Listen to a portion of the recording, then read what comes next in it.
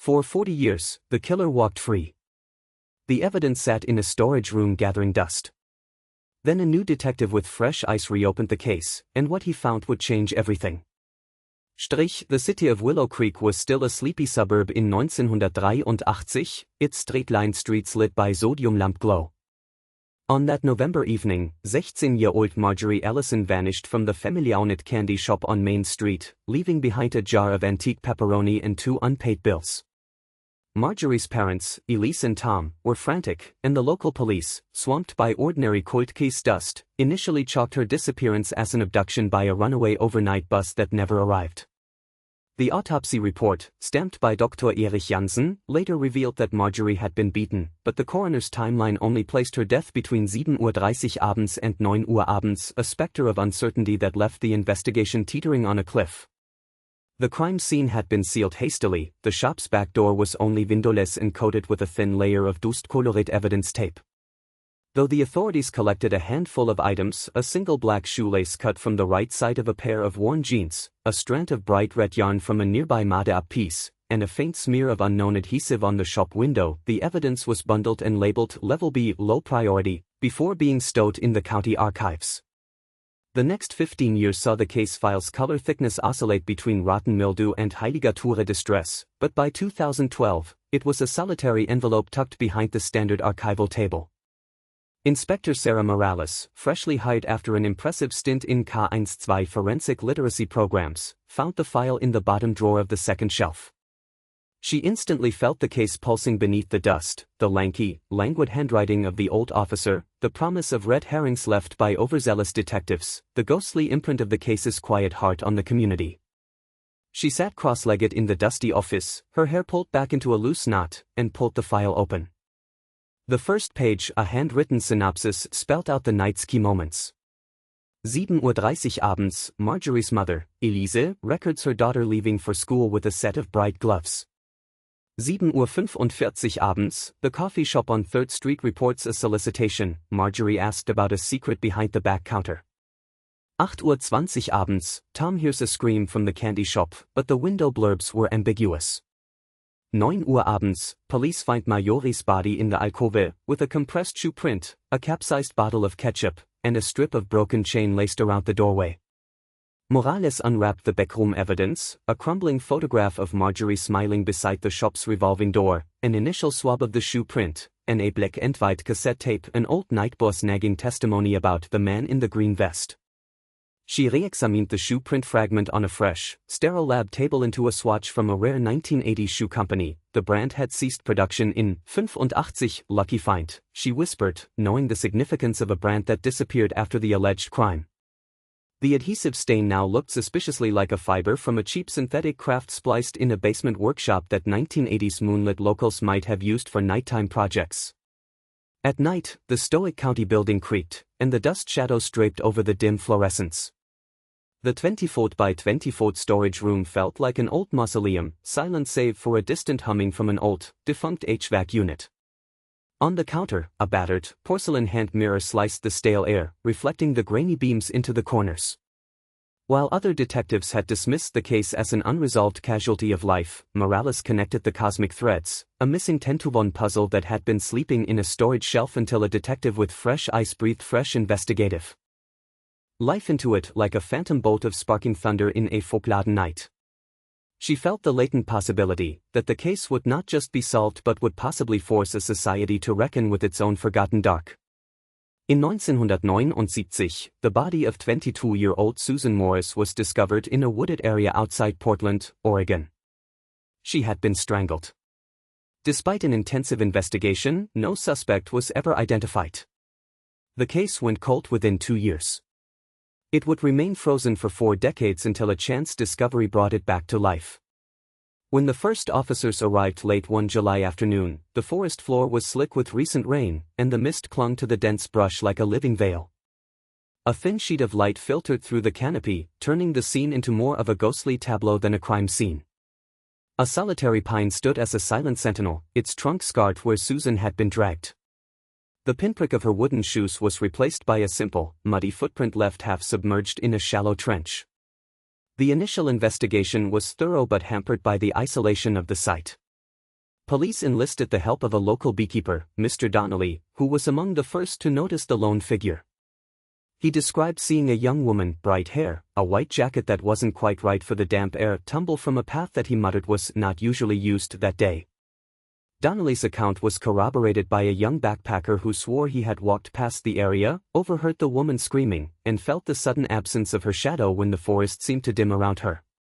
The autopsy, completed at Mercy Hospital, indicated ligature strangulation from a black nylon cord, a common type of cord from the off-the-record left by a conscious killer to smother the victim.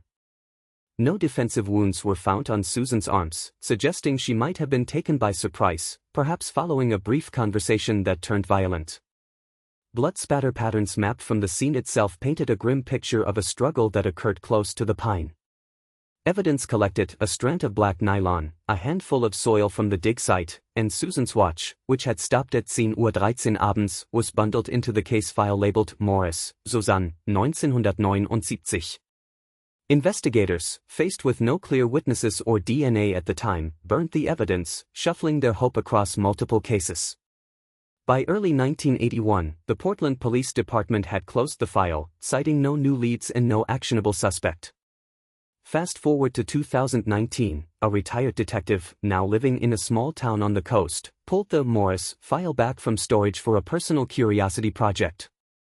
He re-examined the grainy photos of the scene, a faint stripe of velour in the wooded backdrop that had been overlooked. He contacted a forensic pathologist, who, with the help of modern DNA extraction techniques, re-obtained a sample of the nylon cord. It matched a rare type of industrial cord used only in the production of a specific line of hiking gear known to have been manufactured in an Oregon factory that had closed in 1976. The detective's next visit was to the forest, armed with thermal imaging and a chilled day that made the dust from the trench crunch underfoot. In the same spot where Susan's shoes had been found, the thermal camera detected a faint, lingering heat signature roughly that of 30°C in the soil. With a shovel, the detective uncovered a small, rusted metal clip, stamped Northwest Outdoor Gear Co. Timeline cross-referencing revealed that the clip had belonged to a hiking belt used by the factory's workers. The same belt pattern was left on Susan's clothing, pulled tight around her neck. The new evidence letter was filed into the case, sending an electric current through the forgotten file. What had once been a cold candle of a case was now a flicker that drew the attention of the Portland Police Bureau and a federal jurisdiction that had been dormant for 4 decades. The audible hum of a renewed investigation, the shiver of possibility that had once seemed impossible, buzzed in the woods beyond the pine trees, reopening a story that had waited in the shadows. Susan Morris was a nursing student at Portland Community College. She worked part-time at a local diner to pay for her tuition. Friends described her as kind, responsible, and cautious. She was last seen leaving the diner on the evening of November 2012, 1979, after her shift ended at 10 p.m. Her car was found in the parking lot the next morning. She was reported missing by her roommate when she did not come home. Immediately after the incident, the diner's manager, Tom Harper, was the first on the scene. He recalled Susan gliding through the sliding glass door around 10:15 Uhr abends, a flat brimmet had tucked into her hair, an unusual choice for a student who normally wore her hair in a single braid. She'd finished her order, nodded to the waitress, and then tapped her own keys on the counter, Harper told investigators. The lights were still on a little too long for that time. I chalked it up to the staff staying late in prep. Neighbors' testimonies added another layer of context. 82-year-old Mrs. Lillian Lulu Phelps swore she last heard Susan's voice on the radio from the diner's jukebox. I think she said something vaguely like, "Quit my job, get a break." Phelps then saw Susan walking past the diner's drive-thru, her face set in a quiet, almost desperate expression. Another rapporteur, 24-year-old college senior Marcus Lee, said Susan had been visibly nervous throughout her shift, glancing constantly toward the stairwell. Lee declined to disclose what he saw after Susan left, citing nervousness about being implicated by rumor early in the investigation. The crime scene at the diner's parking lot was busily reconstructed that morning. Witnesses reported that a lone, patched white sedan with a dent on the left side had been parked near the entrance, its driver's side door ajar. Inside the vehicle, investigators found an empty sugar bowl, a crumpled receipt from the diner's coffee menu, and a single hidden hairstyle tie. The car's odometer read just 12,345 miles, a small detail that, when cross-referenced with registration records, placed the vehicle in Susan's name. Yet, crucially, the car contained no personal items beyond the receipt, indicating that Susan did not drive into town after her shift. She simply abandoned it rather than face an unknown obstruction. According to records, Susan's cell phone had been buried in a police maintenance locker for fingerprints recovery. The phone had been dead upon arrival, but security footage from a nearby highway captured a figure in a dark hoodie stepping out of frame near the diner's back entrance at 10:23 abends. Bask in the flicker of neon. They observe lowlights and the muffled hiss of late-night diners across the street. You can almost hear the phone bus disappear into the shadows of the abandoned parking lot. Investigators also pieced together Susan's fear, as outlined in her journal pages found in her dormitory. In one entry, dated November 4, 1979, she scribbled, "If I don't get this scholarship, I'll fall behind. I'll just do it." A chilling insight into a student generation that was already foregoing social life for school, and even a hint of desperation that could, as the police argued, have prompted a regretful act. Atmosphere-wise, the early morning light over downtown Portland painted the downtown street in a muted, chilly blue, rain creeping from the skies as if to mirror the feeling of blank silence. The diner's ovens hissed in silence, the soda machine still dripping colder squeezes into the dripping beds of Sue's footsteps. A stillness hung over the night, turning every echo of sawdust and distant coffee grounds into a haunted memory. With each gust of wind blowing across the postscript glare, investigators pieced together a web of ordinary minutes and extraordinary loss that changed the course of a young woman's life. Hikers found Susan's body on November 2018, 1979, in Forest Park, 6 miles from the diner. She had been strangled with her own scarf. Her purse and jewelry were missing.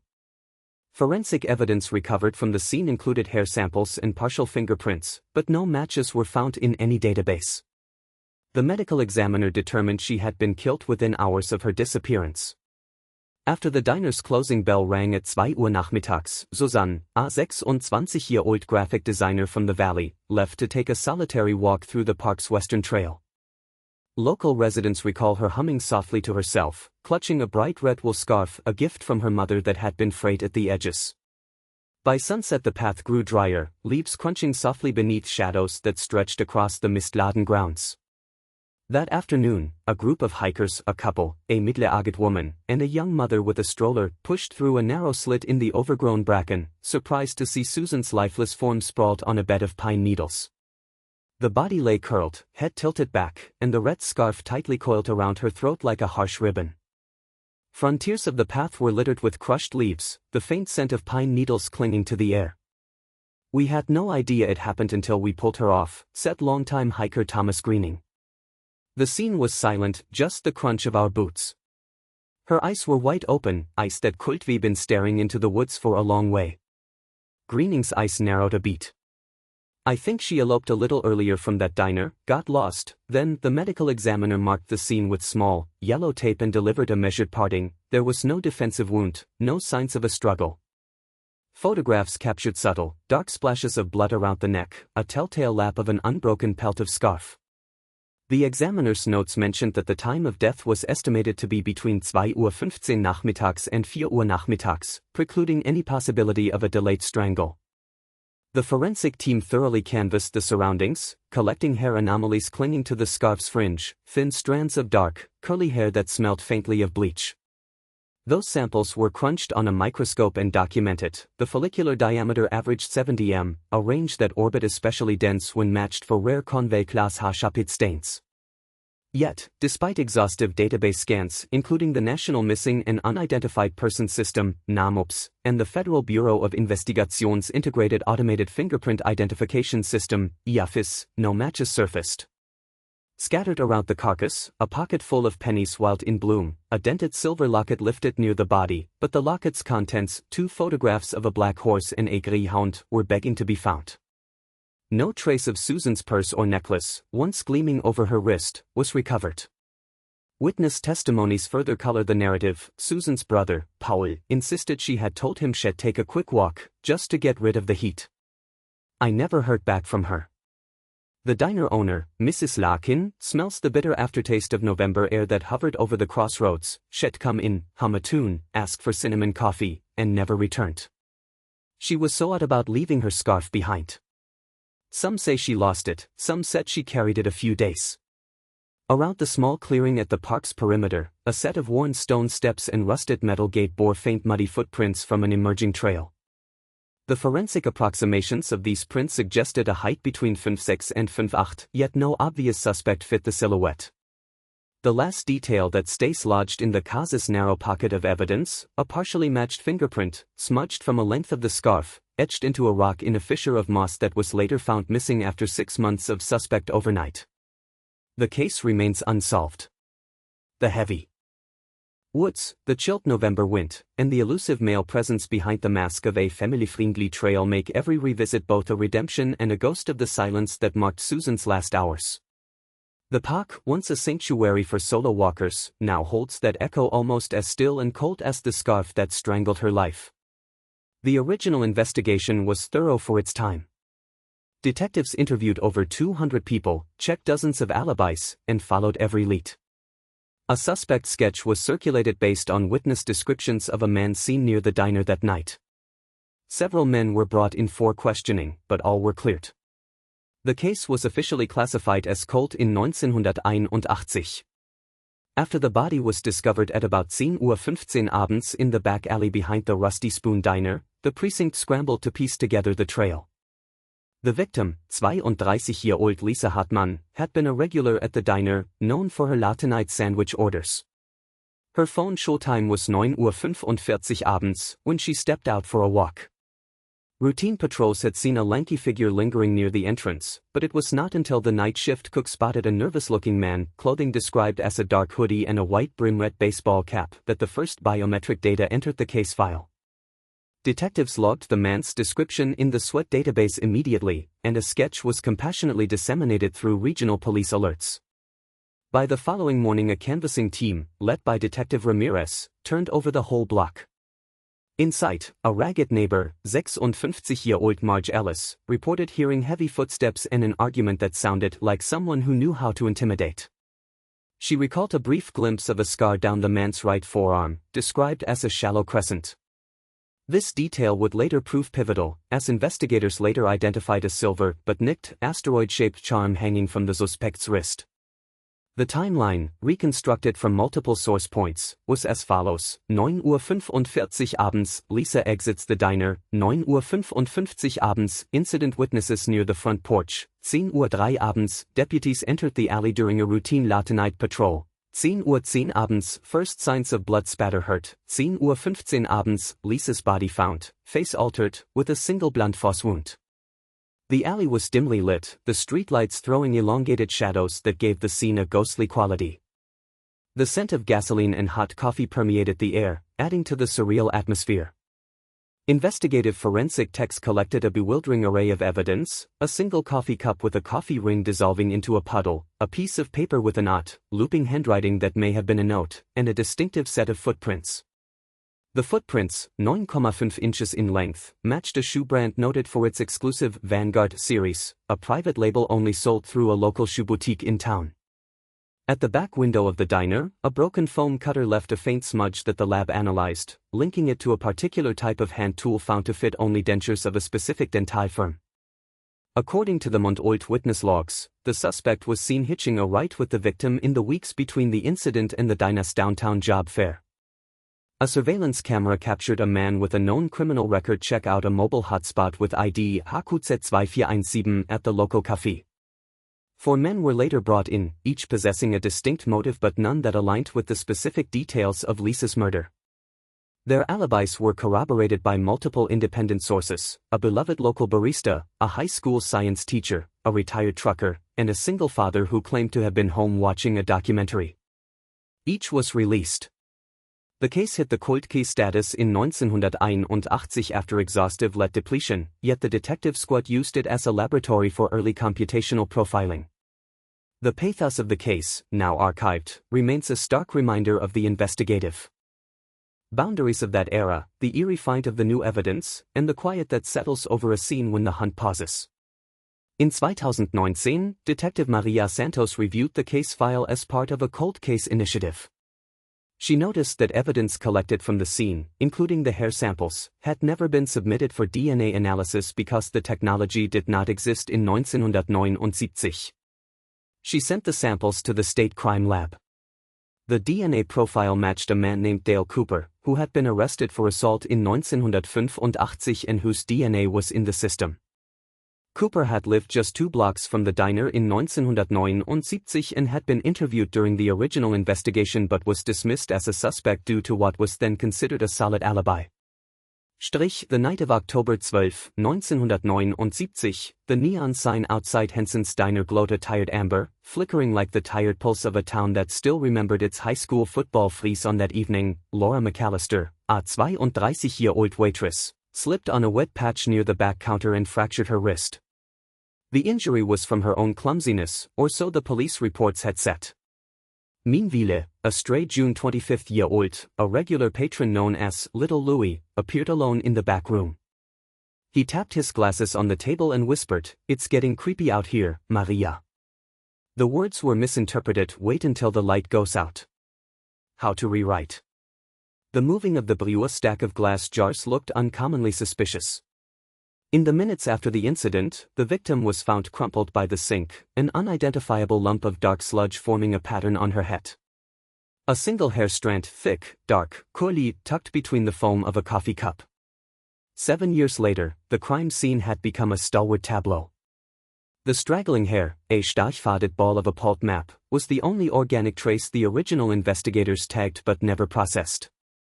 Detective Santos approached the dusty file for her freshman deduction, gingerly flipped through yellowed pages. Her eyes snagged on a makeshift "Note, no DNA" bracket beside the hair sample. Then a subtle, electric thrill of recognition coursed down her fingers. Now tots a golden opportunity.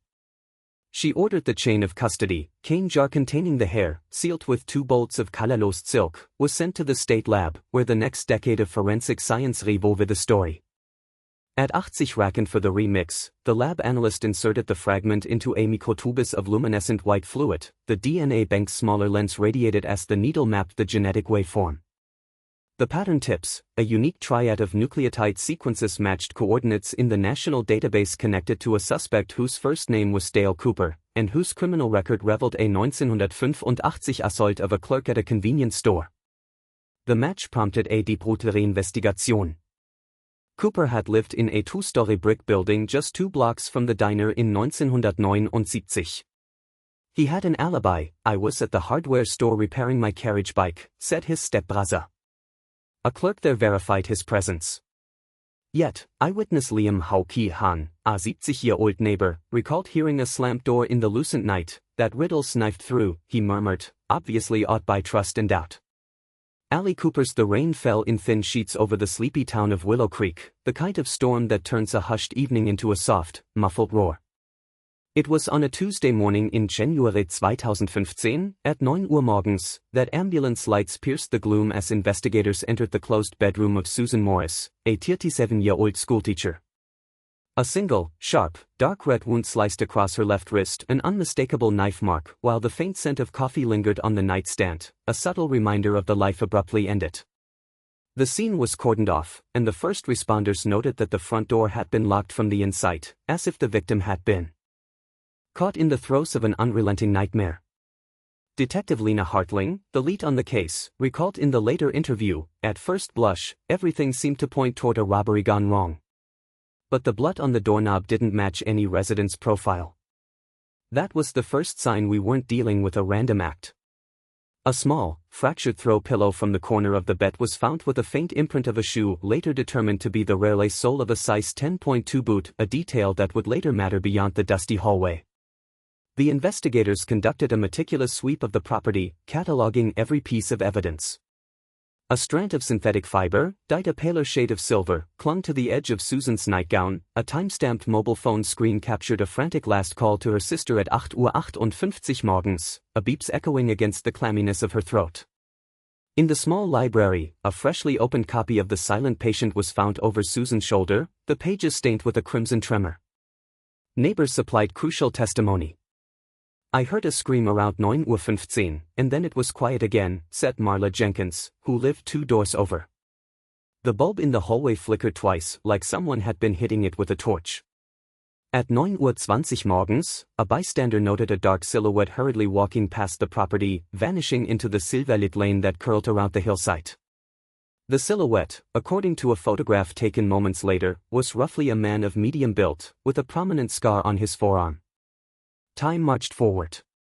By March 2015, detectives had managed to trace the shoe print to a Tampere Ford truck purchased by Dale Cooper, a local resident known to own a wide array of trinkets. The fingerprint taken at the scene matched Cooper's, and a review of his financial records revealed sudden cash deposits in early 2015 that echoed the timeline of the crime. Still, Cooper maintained his innocence and called his girlfriend, Maya, to provide an alibi. She claimed that at 9 Uhr morgens on January 5, they were dining together on Laramie Street, a fluorescent glow and clinking silverware evidence to their relief. The footage from a nearby stoplight corroborated her story, but an interviewer for the local paper later discovered that Cooper himself had supplied the visiting story to the police at the time. Fast forward to December 2019, a new forensic lab, equipped with the latest epigenetic DNA sequencing, re-examined the fiber found on Susan's gown.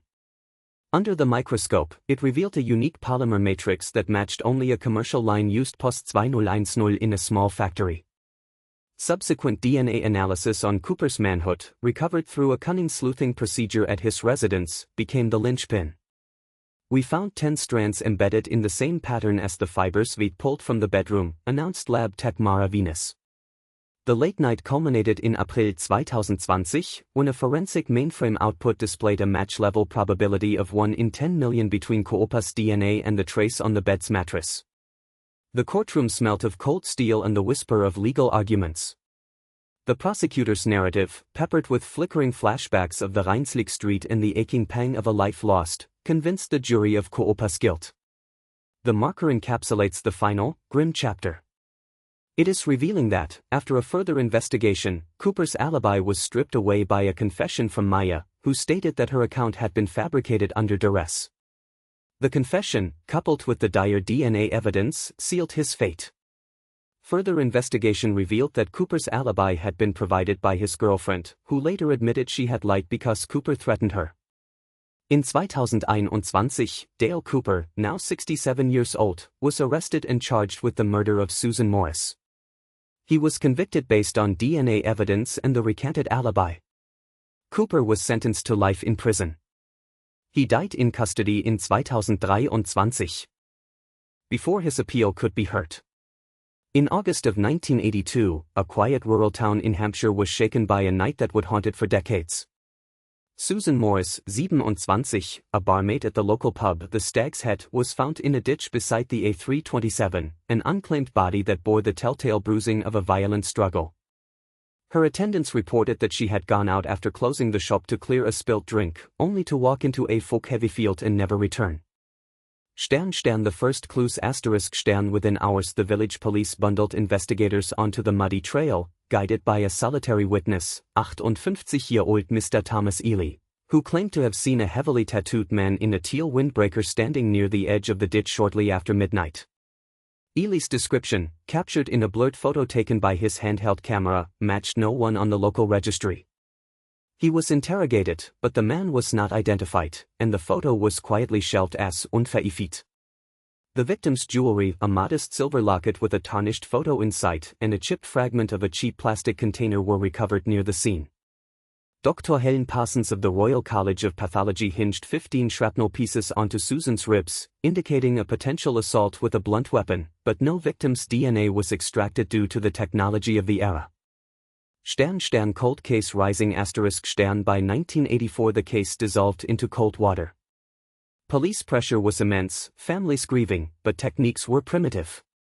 In 1995, a routine re-examination of the scene discovered faded footprints, 2/3 of a meter long, imprinted on a damp twig. These were catalogued and stored at the Metropolitan Police Dijon warehouse, destined to remain dormant until the 21st century's DNA boom. Fast forward to 2013, with grant money from the National Crime Agency, a small investigative team led by Detective Inspector Colin Farley resumed the cold case.